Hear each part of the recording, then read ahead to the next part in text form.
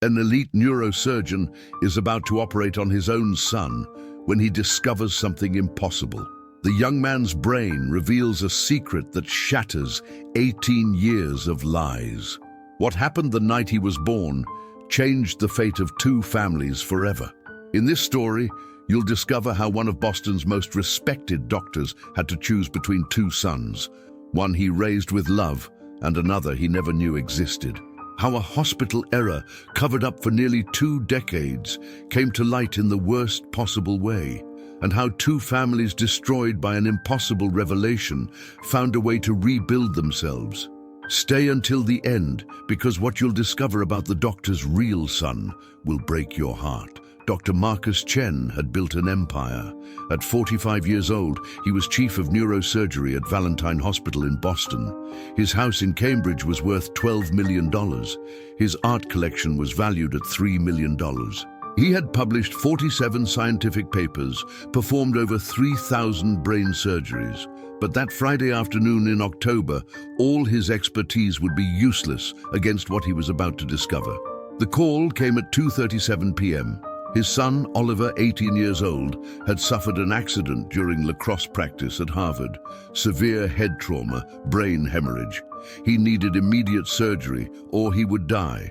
Marcus ran through the corridors of the hospital where he'd worked for 20 years. His wife, Catherine, was already there in tears. "Save our boy," she begged. "Please save Oliver." Marcus looked at her. Catherine Chen, formerly Catherine Morrison, heiress to a pharmaceutical fortune. They were Boston's perfect couple. Old money meets new success. And Oliver was their only child, the heir to everything. In the operating room, Marcus had to transform himself. Stop being a father, become only a doctor. Oliver was unrecognizable, face swollen, skull deformed by the impact. The team was ready. "Dr. Chen, are you sure you want to do this?" asked Dr. Williams, his assistant for 10 years. "I'm the best neurosurgeon in this hospital. If anyone can save him, it's me," he began. Opened the skull carefully. The brain was swollen, bleeding. Marcus worked with millimetric precision, drained the blood, relieved the pressure, repaired the ruptured vessels. 3 hours of intense surgery. That's when he saw it. While navigating through Oliver's cerebral cortex, Marcus noticed something peculiar, an arteriovenous malformation, not caused by the accident, congenital. But it wasn't just any malformation. It was a specific pattern, extremely rare. Wyburn-Mason syndrome. Marcus froze for 5 seconds, 5 seconds that felt like 5 hours. Wyburn-Mason syndrome was genetic, autosomal dominant. If Oliver had it, one parent would need to have it too. Marcus didn't have it. He'd had an MRI 2 years earlier for a study. Catherine didn't either. She had annual neurological checkups for migraines. It was genetically impossible for Oliver to be their biological child. "Dr. Chen, is everything okay?" Dr. Williams' voice brought him back. Marcus blinked, continued the surgery, saved Oliver's life. But as he closed the skull of the young man he'd called son for 18 years, a single question hammered in his mind. If Oliver wasn't his son, who was? Have you ever discovered that your entire life was built on a lie? What would you do if the test results proved your child wasn't yours? Leave your thoughts in the comments. Oliver woke up 3 days later in the neurological ICU. Marcus and Catherine were beside the bed. The young man smiled weakly. "Dad? Mom? Did I make it?" Marcus held his hand. "You made it, champ. You're going to be fine."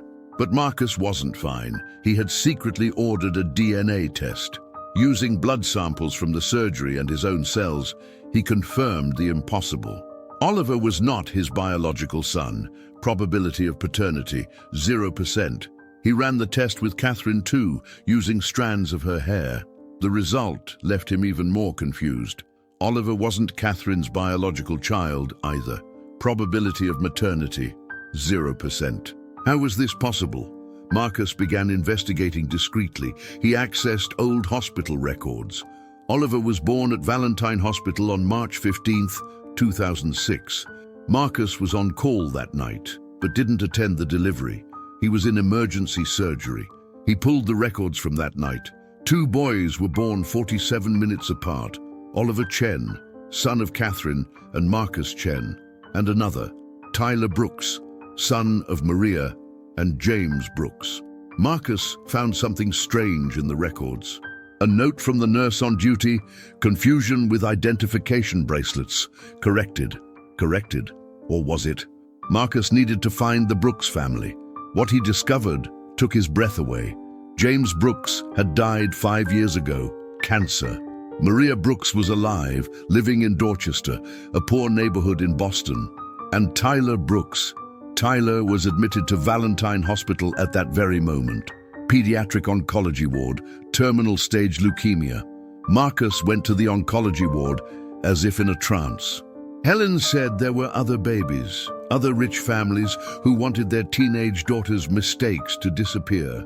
Valentine Hospital had a whole system. They called it the Sterling Protocol, named after your family since you were the first. Victoria felt sick. How many mothers had grieved for babies who were actually alive? How many children had grown up not knowing their real parents were told they were dead? Sophie tugged on Victoria's coat. Room 314. Through the window he saw an 18-year-old lying in bed, thin, bald from chemotherapy, pale, but there was something familiar about him, the shape of his nose, the jawline, the eyes. Tyler Brooks had Marcus's eyes.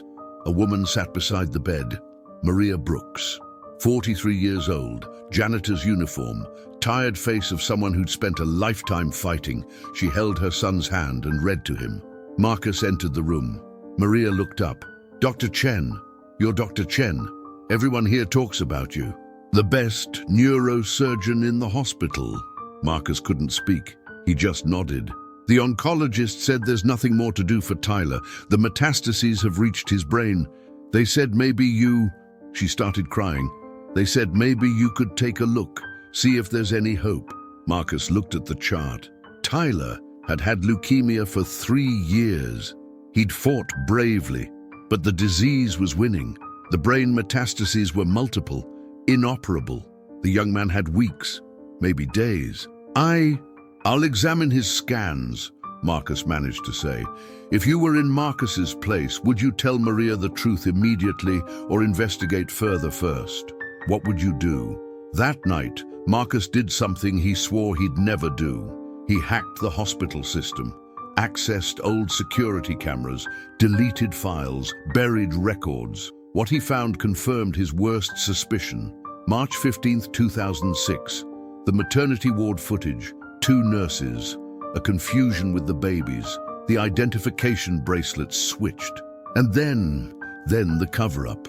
The head nurse at the time, Margaret Sullivan, realized the error 12 hours later. But instead of admitting it, she decided to hide it. Destroyed evidence, altered records, threatened the junior nurse who made the mistake. Why? Because the Chens were rich, powerful, could sue the hospital for millions. Better to keep quiet. No one would know. Margaret Sullivan had retired 10 years ago.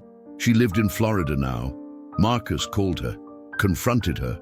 She confessed everything, crying. I was afraid. The hospital had just gone through $1 million lawsuit. Another mistake like this, and we'd close. I thought it wouldn't make a difference. Both babies were healthy. Both families were happy. You stole my son from me, Marcus shouted, and I gave you another in return, Margaret responded. A son you loved, you raised, who is yours in every way that matters. Marcus hung up. He had 2 sons. One he'd raised for 18 years who wasn't his blood. Another who was his blood, but he'd never known. And that son was dying. The question now was to tell or not to tell. If he told, he'd destroy 2 families. Oliver would discover his entire privileged life was a mistake. Tyler would discover he could have had a completely different life. Catherine would be devastated. Maria would lose the only son she'd ever known, at least emotionally. But if he didn't tell, Tyler would die without ever knowing the truth. Marcus would lose the chance to know his biological son, and he'd have to live with this secret for the rest of his life. Marcus decided to start slowly. He began visiting Tyler daily as a medical consultant. The young man was intelligent, funny despite the pain, brave in the face of death. Dr. Chen, Why do you come to see me so much? I'm not an interesting case, just another kid dying of cancer. All cases are interesting, Marcus responded, holding back tears. Tyler laughed. You're different from other doctors. They look at me and see a chart. You look and seem to see, I don't know, a person. A week passed. Oliver was recovering well. He'd return to Harvard soon. Tyler was getting worse. The seizures began. It was Catherine who noticed Marcus's strange behavior. Why do you spend so much time with that oncology patient? It's a complex case. Marcus, I've known you for 20 years. There's something more. And then Marcus broke. He told Catherine everything about the discovery during Oliver's surgery, about the DNA tests, about the baby swap, about Tyler. Catherine was silent for long minutes. Then she asked, do you want to meet your son? He's dying, Kath. All the more reason to meet him now.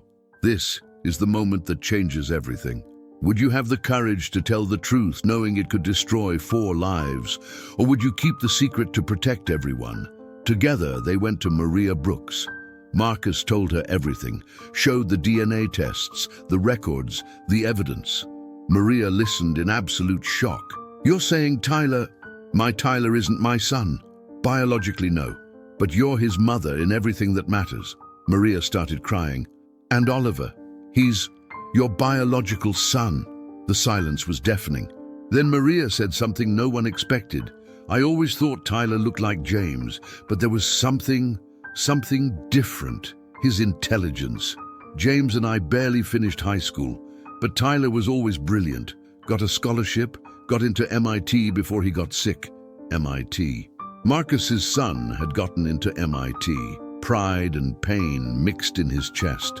What do we do now? Maria asked. I think we should tell them, Catherine said. They deserve to know.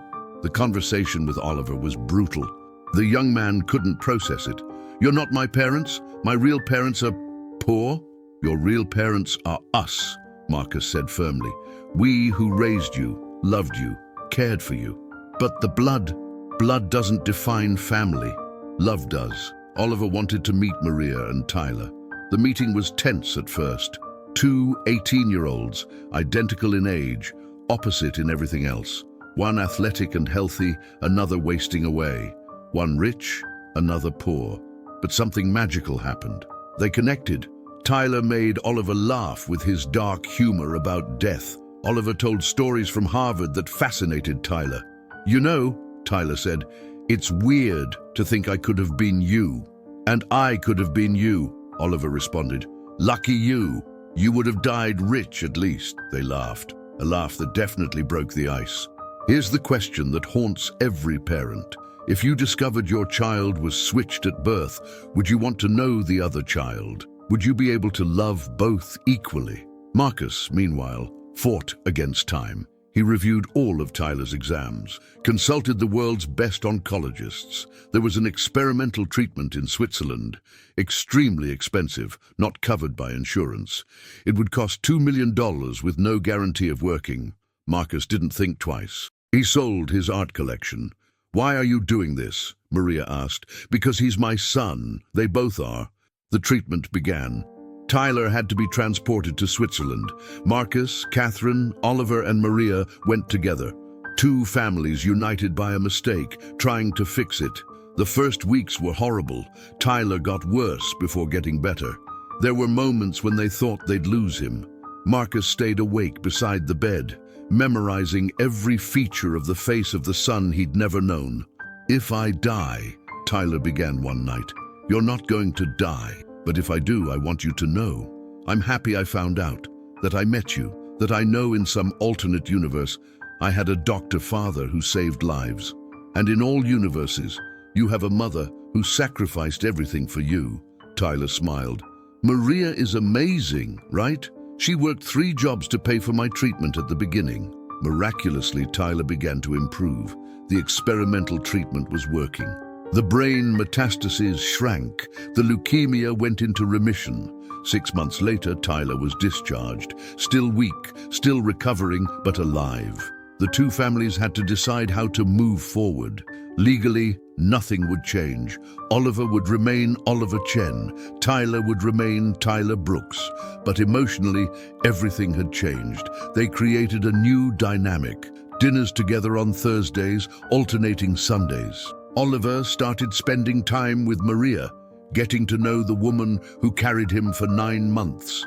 Tyler started having lessons with Marcus, learning about medicine, about the father genetics gave him. Oliver surprised everyone when he announced he would change his major at Harvard. No longer economics, it would be medicine. I want to be like my father, like both my fathers. Marcus, who saves lives with his hands, and James, who saved lives with his love, even without being my blood. And Maria cried when she heard this. James had always dreamed of having a doctor's son. What defines a parent? Biology or the love they give? Share your thoughts on what makes a real family. Tyler, when he fully recovered, returned to MIT.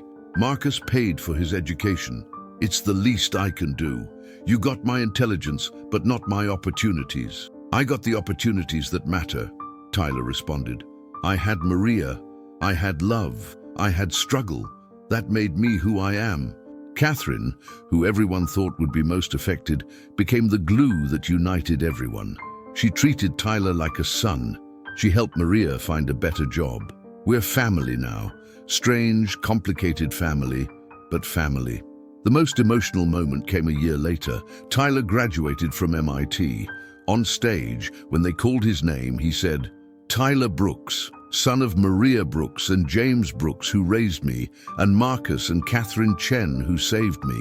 The audience didn't understand, but the 5 people who mattered did. Maria, Marcus, Catherine, and Oliver cried together.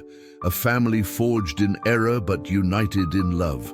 Marcus continued being the best neurosurgeon at Valentine Hospital, but now with an extra mission.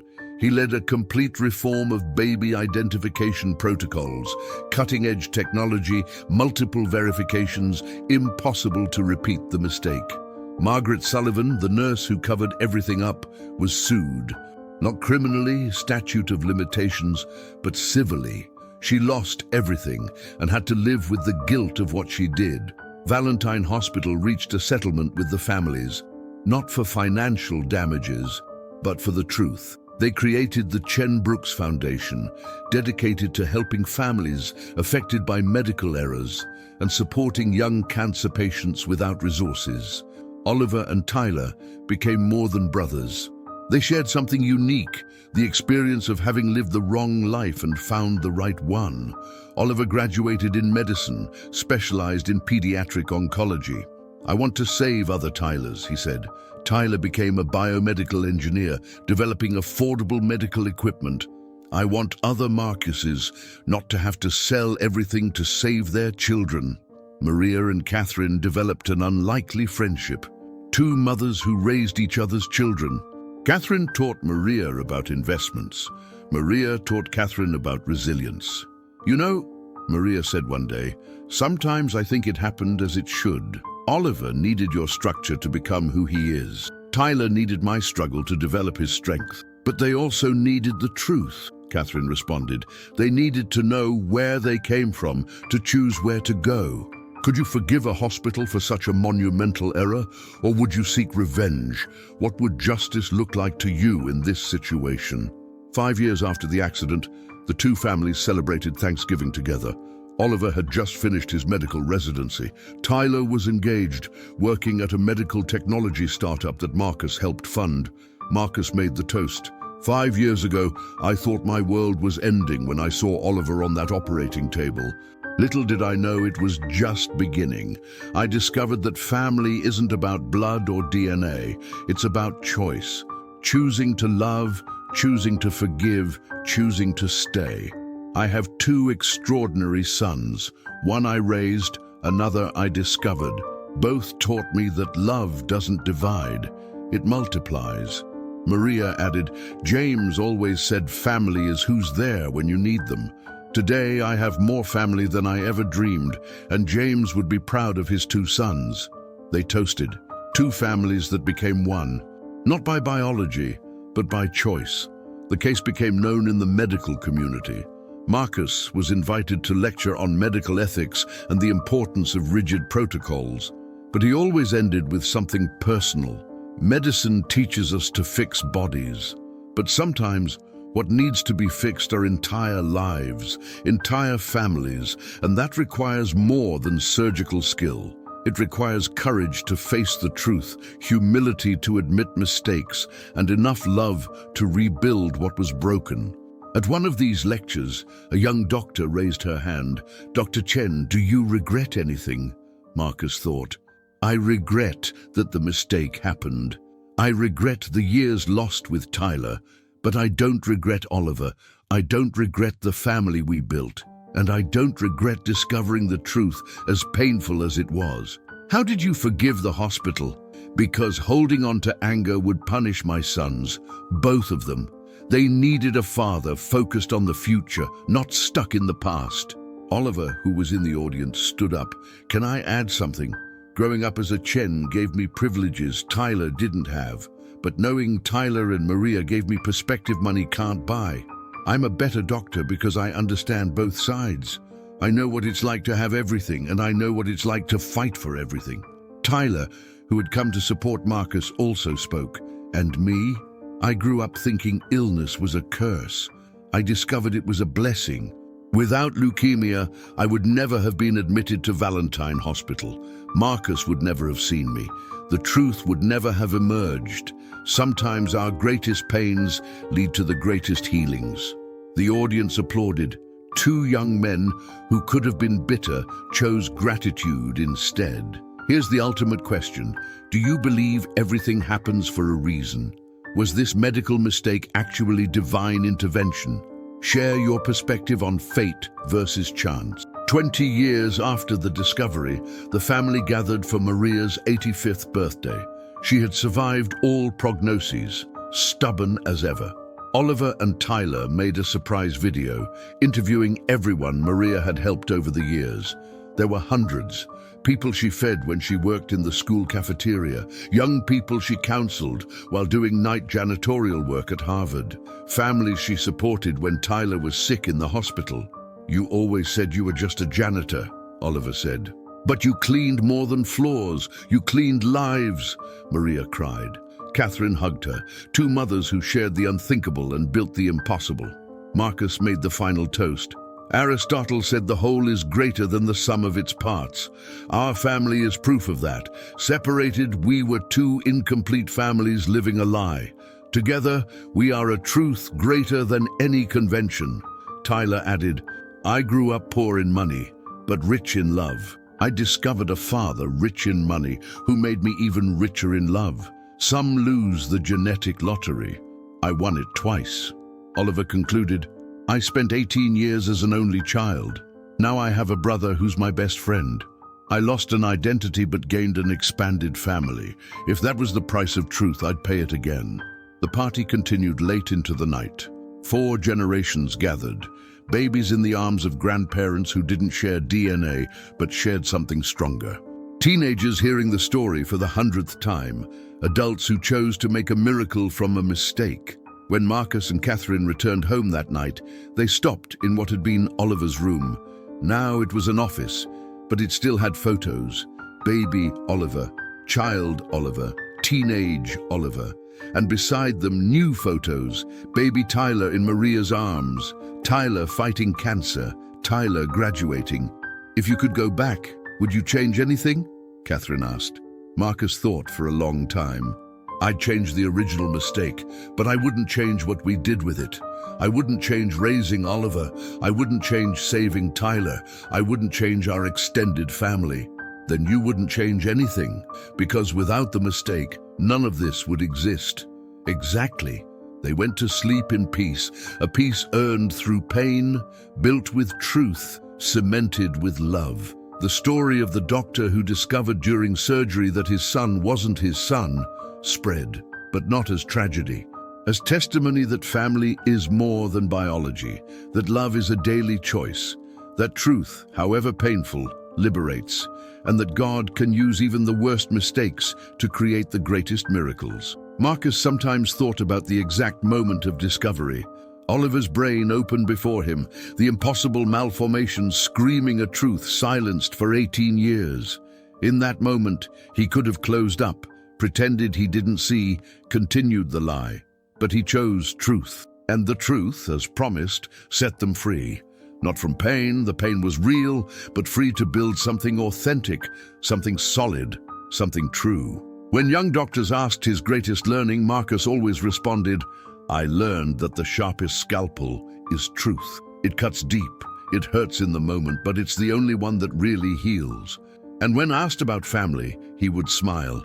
"Family, I have 2 sons, one born to another, but mine through love. Another born mine, but belongs to another through the same love. 2 wives of the heart, one I married, another life gave me. And I learned that love isn't a finite resource. The more you give, the more it grows." The last entry in Marcus's journal on the subject was simple. Today, Oliver saved a child with a brain tumor. Tyler patented equipment that will make brain surgery 70% safer. My 2 sons saving lives, each in their own way. The mistake that almost destroyed us became our greatest blessing. God really does write straight with crooked lines, and sometimes the most crooked lines produce the most beautiful stories. What would you do if you discovered the person you raised isn't biologically yours, but the person who is yours is dying? How would you rebuild 2 families destroyed by a medical error? After hearing this story, do you think some mistakes are actually miracles in disguise? Leave your thoughts about this story in the comments. The Chen Brooks family proved that DNA doesn't define destiny, that love knows no biology, that truth, however devastating, is better than the most comfortable lie, and that sometimes the biggest mistakes lead to the greatest successes.